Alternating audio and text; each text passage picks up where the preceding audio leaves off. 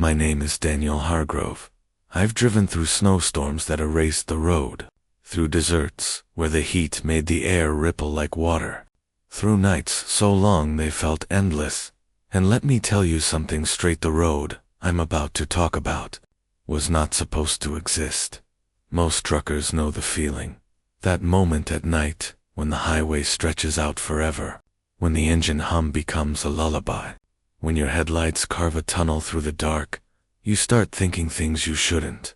That night, I was hauling refrigerated freight from Flagstaff to Amarillo. Easy run.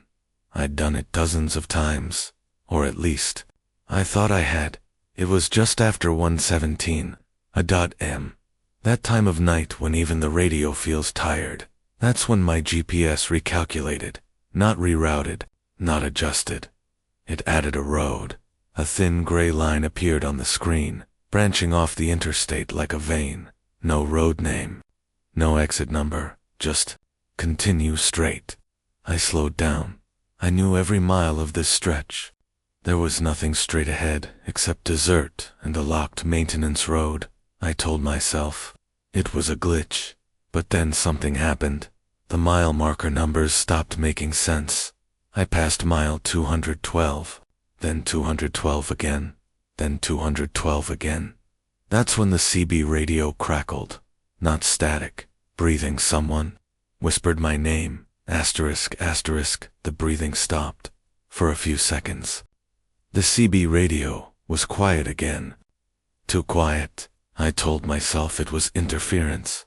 Some late-night trucker breathing into his mic without realizing it was keyed. That happens. That's what I told myself. But my hands didn't relax on the wheel. I checked the mirrors. Left mirror empty road.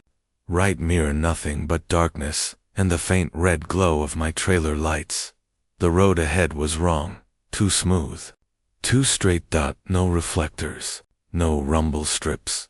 Just asphalt swallowing my headlights. The GPS spoke again. Not the usual calm female voice. This time, it hesitated. Continue. Straight. The pause between the words felt deliberate, like it was thinking. I reached for my phone to check Google Maps. No signal. Not one bar. That didn't make sense either. This stretch usually had spotty service. Sure, but never dead like this. The clock on my dash still read 1:17 a.m. It hadn't moved. I tapped. The CB mic breaker 19. Anyone else running eastbound out here? Static answered. Then a click. Someone else keyed in. Don't take the road. I sat up straight. The voice was calm, older, rough, like gravel under tires. Who is this? I asked. No answer. I tried again. Driver, you just told me not to take the road. What road are you talking about? Silence. Then you already did. My heart started pounding. I'm on I-40, I said, louder than necessary. Same as always. The voice chuckled softly. No, it said, you're not. The road signs were gone. No speed limit. No exits. No distance markers. Just black sky pressing down and asphalt. Stretching forward like a tunnel, the CB crackled again. Another voice joined in. This one younger, panicked. Has anyone seen mile 212? The voice asked. I keep passing it. I can't get past it. My stomach dropped. That was exactly what I'd seen. I grabbed the mic. Driver, what's your handle? I asked. A pause then. Quietly used to be red line. Used to be. A third voice broke in, whispering. They're listening. I slammed the CB volume knob down. But the voices didn't stop. They kept talking. Not through the speaker. Inside the cab. I felt it then. That sensation you get when someone is sitting just outside your line of sight. Like, if I turned my head too fast, I'd catch something I wasn't supposed to see. The headlights flickered just once. In that instant of darkness, something reflected back at me. Not eyes, not a shape, movement. I hit the brakes. The truck slowed, but the road didn't. The headlights still showed. Asphalt rushing toward me like the world was moving. Not me.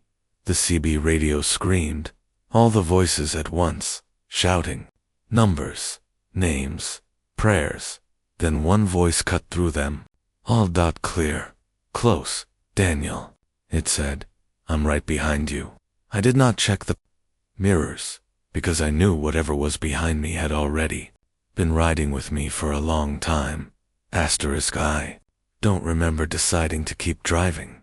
I just remember the road beginning to slope downward, and the darkness thinning out. A glow appeared ahead. Not city lights.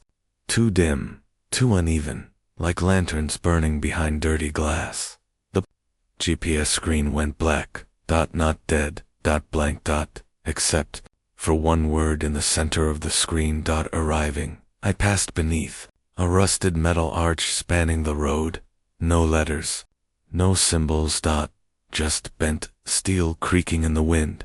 And suddenly, the road had buildings, low ones, old ones. Gas stations with pumps that still displayed prices in the cents. Motels with vacancy signs flickering in and out of existence. I checked the dash clock. Still 1:17 a.m. I slowed to a crawl. The town was silent. No engines. No insects. No wind. It felt like sound itself had been turned down. Then I saw the people. They stood in small groups along the roadside, not walking, not talking, just WATCHINGMEN women. Children. All of them facing the road, facing me. Their eyes reflected my headlights wrong, too bright, too still.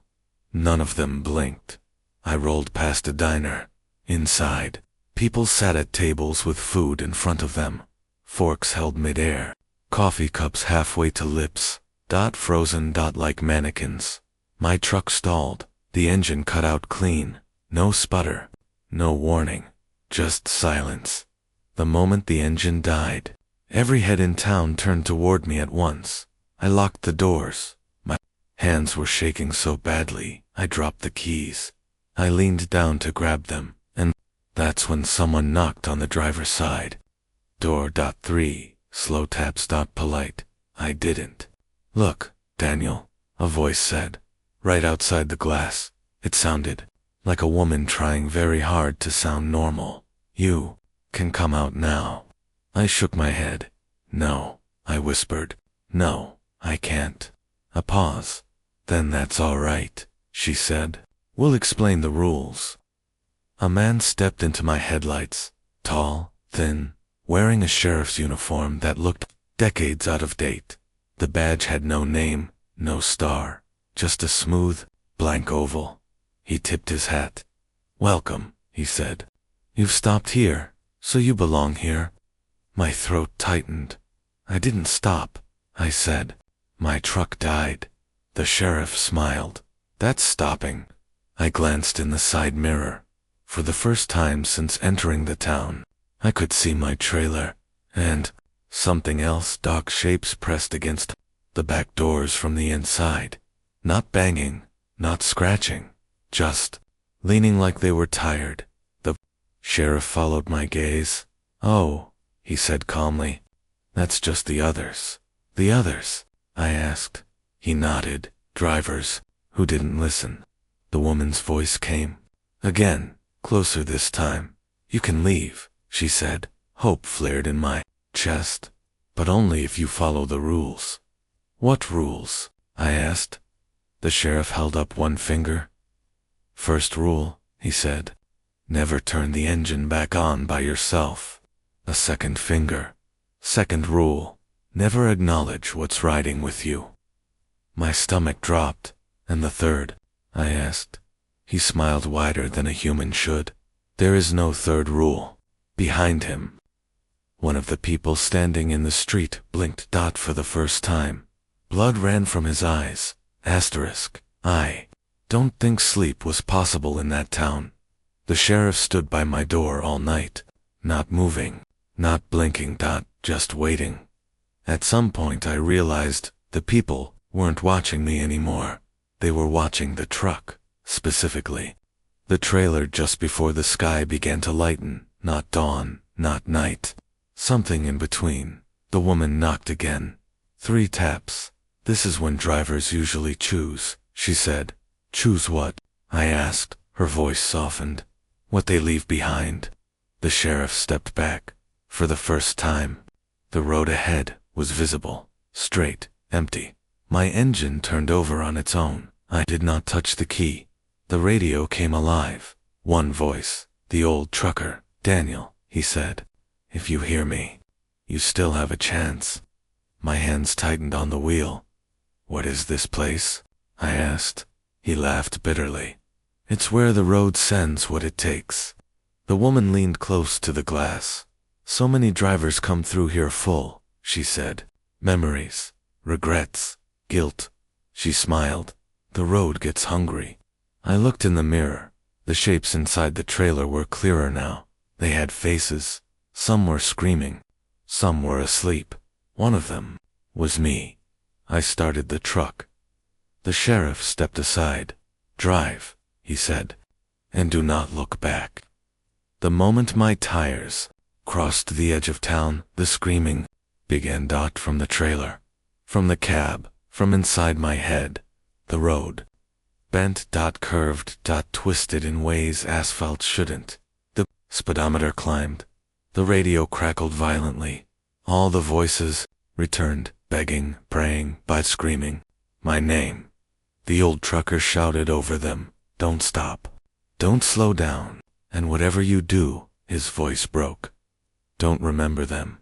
I felt hands pressing against the back of my seat, breathing on my neck, something whispering every mistake I'd ever made, every face I'd failed, every life I'd ruined by just driving away. The road demanded payment.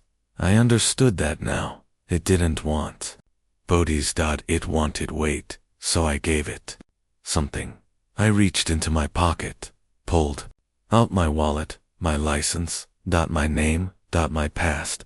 I opened the window and let them go.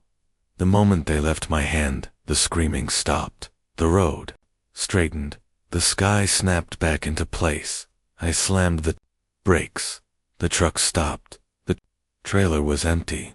I woke up on the shoulder of I-40. Sunrise. Traffic passing like nothing had happened. The clock on the dash read 1:18 a.m.